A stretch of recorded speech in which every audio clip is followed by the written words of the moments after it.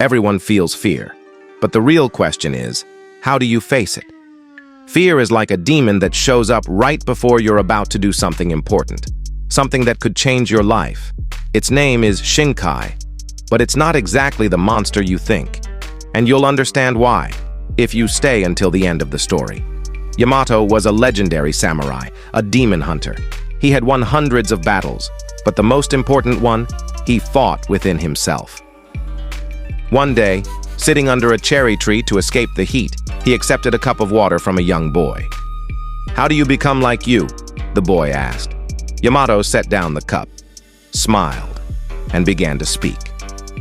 "I was 16, and I had only one wish, to become extraordinary. My master brought me to the entrance of an ancient labyrinth.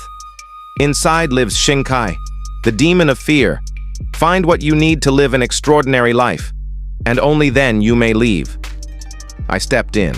Inside, silence, darkness, tension.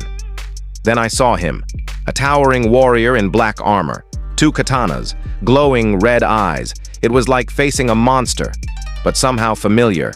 It was Shinkai. He only attacked when I hesitated. He never struck first. He waited for me to trip on my own. And his voice, it was mine, but younger, insecure. "You'll fail. They're just waiting for you to mess up. Who do you think you are?" The labyrinth was alive. Every room a trial, every corner a lesson. One room was filled with explosives. Paralyzed by fear, I remembered what my master had taught me. I studied, learned the details, disarmed the traps. When you understand something, you no longer fear it. But it was in the mirror room that I learned the most powerful lesson. Hundreds of mirrors surrounded me. Each one reflected a different version of me. One weak, one arrogant, one lonely, one broken. All my doubts, all my insecurities. I spun around, overwhelmed. The more I looked, the more I hated myself. I was ready to walk away. Then I saw a cracked mirror at the end of the room. It wasn't perfect, but in it I saw myself, standing, scarred, tired, but alive, breathing heavy, but still there. It wasn't the perfect version of me. It was the real one, the one who endured, despite everything. And I realized fear is just a reflection of who we think we are, but it's never who we truly are. As I moved deeper into the labyrinth, I learned that courage is not the absence of fear. Each step, Shinkai attacked, but I faced him with growing awareness. Fear lived in my doubts, but now I could see it coming. At one of the toughest crossroads, I froze again. The fear was paralyzing. But then, I remembered something. Courage doesn't mean you're not afraid. It means moving forward even when you are. I took a step, and suddenly, the fear wasn't as strong anymore. Each battle with Shinkai became clearer.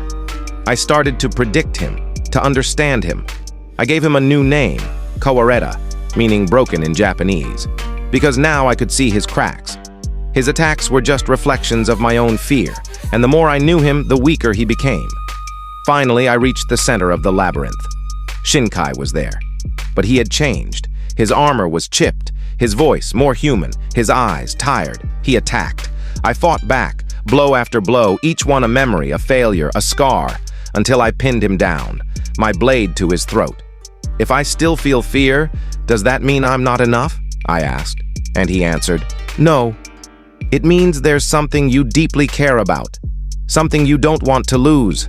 I've always been with you, before every brave decision, before every leap into the unknown. If you destroy me, you'll lose your compass." I lowered the blade and embraced him. A wall behind us opened. My master was there. He smiled. For the first time I understood. They never wanted me to destroy fear. They wanted me to walk beside it. Shinkai had never been my enemy. He had been my teacher. Courage isn't the absence of fear. It's choosing to move forward even when your heart pounds, even when your legs shake. Yamato ended the story. He looked into the boy's eyes. You don't need to be fearless.